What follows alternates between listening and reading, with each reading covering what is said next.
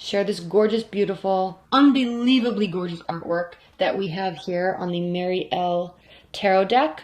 We have the Ouroboros here, which is what? The snake eating its own tail. Two of them intertwined, interconnected.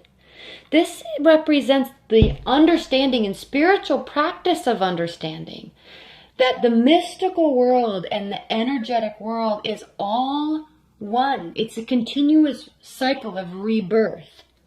And actually, Aquarius, I think you understand this very well because you're at the end of the zodiac and you tie into everyone's energies so well.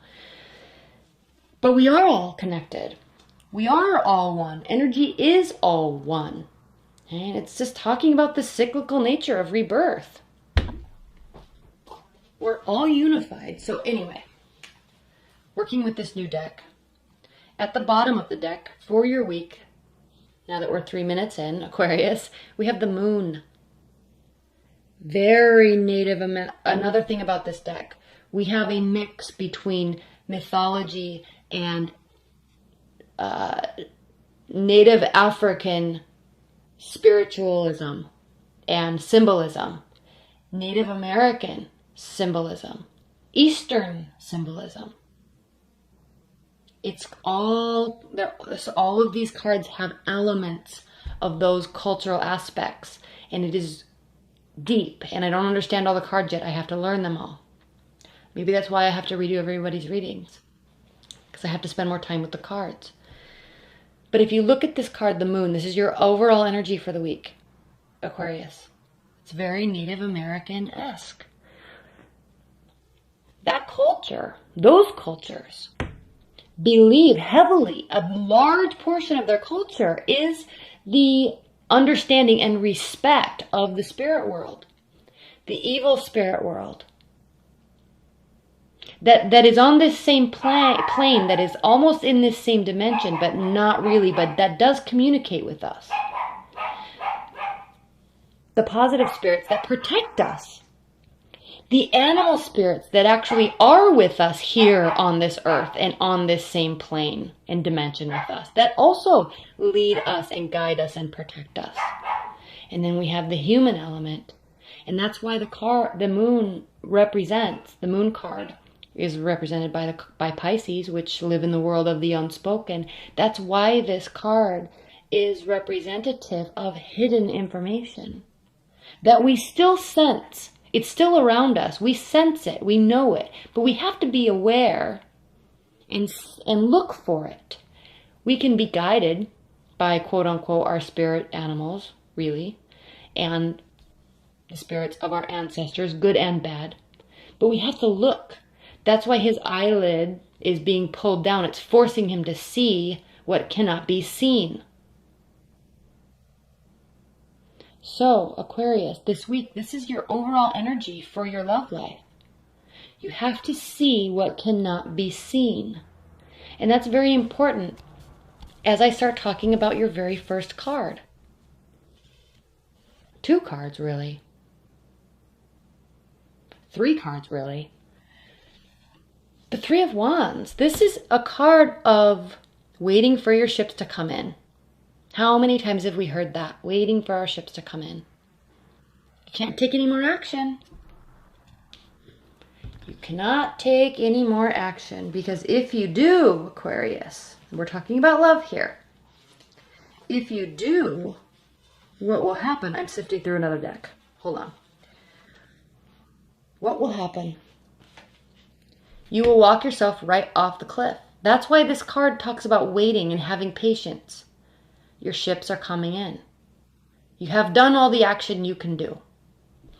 You've said all you can say. That's why these wands are covering where about this person's mouth would be. Cover it up. Don't say anything. Patience.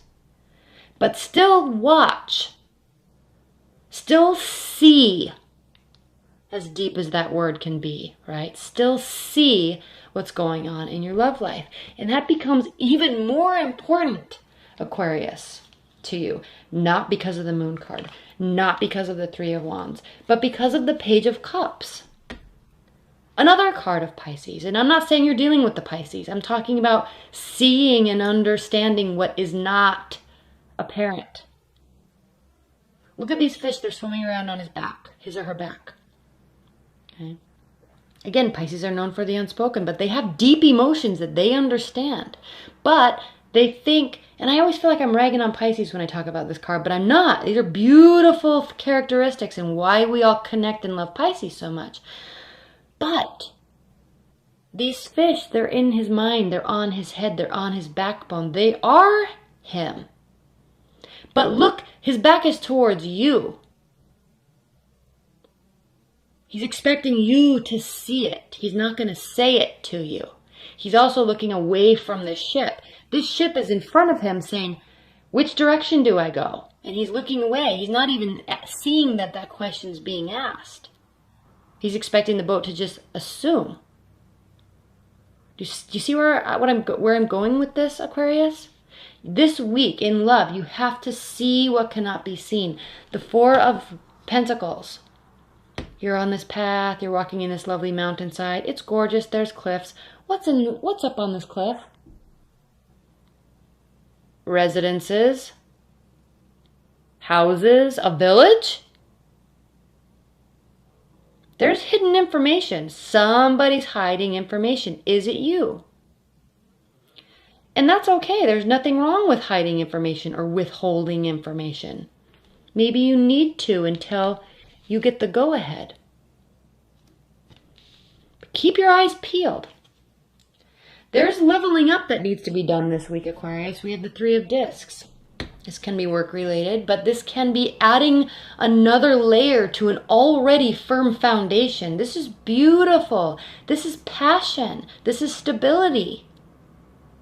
Unification. Combining passions and energies into something stronger, new and fresh. Another layer. Another layer. What's going on in your person's life? Keep in mind as I talk this whole reading about this, the importance of what I talked about in this card. This is not just a moon card with two dogs and a lobster going through the emotional gates, leading themselves to the illuminated moon. This is talking about listening and allowing ourselves to be guided in the right direction. But we have to have our eyes and our spirits open to that. Your person, they have the Ace of Cups, the Two of Pentacles, Five of Swords, and the Queen of Pentacles. The Ace of Cups. So they're feeling the love. This soul full of water that is her entire solar plexus. He or she, they're feeling you. And again, there's symbolism here. I don't know all about it yet. The snake, I don't know all about it yet. The triangle, maybe that's the third eye. I don't know all about it yet. But there's passion here. The solar plexus is full of emotion. That's why we see the chalice full of water and it's overflowing. And there's divine blessing and guidance and acceptance here with these feelings. It's safe to love. That's how they're feeling. Again, with the seeing, we have the Two of Discs here.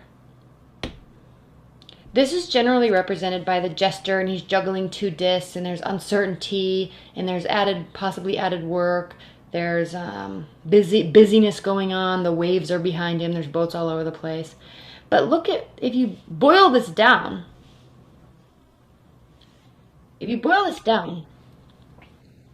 this is a woman that is or man that is extremely connected. Her whole entire soul is based on earthly growth. Okay. Earthly growth. Discs represent the pentacles. It's tangible. You can touch it. You can feel it. You can build the house. You can touch your money. You can drive your car. You can buy new clothes and put them on. You can carry the shopping bags. Tangible objects. But is her vision blocked by the importance of that? And I'm not saying that's bad. But what I'm saying is she has a choice to make. Her eyes are currently covered. She does know that there's a coin and there's two sides to every coin.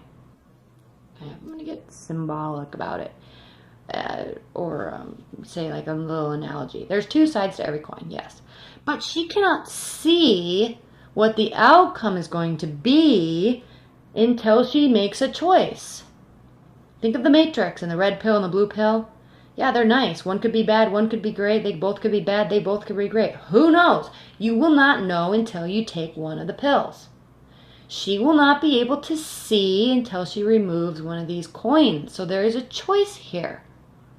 Your partner is thinking of a choice. Afraid to make it a little bit. She knows there's options. Not afraid to choose, or is afraid to choose one just now, even though there's great emotion involved. Five of Swords.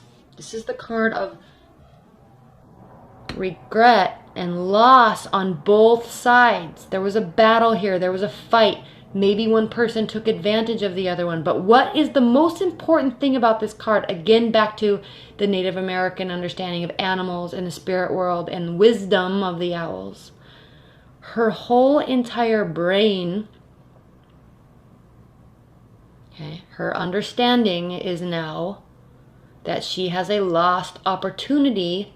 That's why this baby is wrapped in a green cloth. Okay, back to this growth. This is a lost opportunity, not for a baby. And we're thinking higher level than that. But whatever happened, whatever's going on with your partner, they are feeling that this is a lose-lose situation and a great loss of a great opportunity. And they have wisdom in that now. They see it. Maybe they messed up. Maybe they're deciding wrong. Okay, but they are aware that it was either a wrong choice or that it was a very big missed opportunity. They are aware. The knowledge, the wisdom, they have it. This baby wrapped in growth, they're holding on to it and they're by themselves. They know they lost the opportunity. Why do I keep dropping that card? We have the Queen of Pentacles here. And she is also very earthly. She is crying diamonds. Because why? She's very generous. She's full of emotion. She's motherly and caring, gentle, loyal, stable. Okay, Pentacles, she's very stable. Very in tune with her emotions, but also very in tune with the world that she's creating around herself and for her loved ones. She has a lot to offer. She's crying diamonds. She has a lot to offer. There may have been a lot of good here and it was lost. So figure this out, Aquarius. See what needs to really be seen. Let's talk about your challenge and your benefit and your outcome. The challenge is the Ten of Pentacles. Why is that a challenge? Why is that a challenge? Again, is this a missed opportunity? Are you realizing this too? Are you hiding information or keeping yourself closed off? Maybe you need to right now, but are you keeping yourself closed off and they're feeling the loss and you both are feeling the loss maybe? Because again, there can be a lot of growth and development here. You can level up in love with this person. The benefit is the Lovers.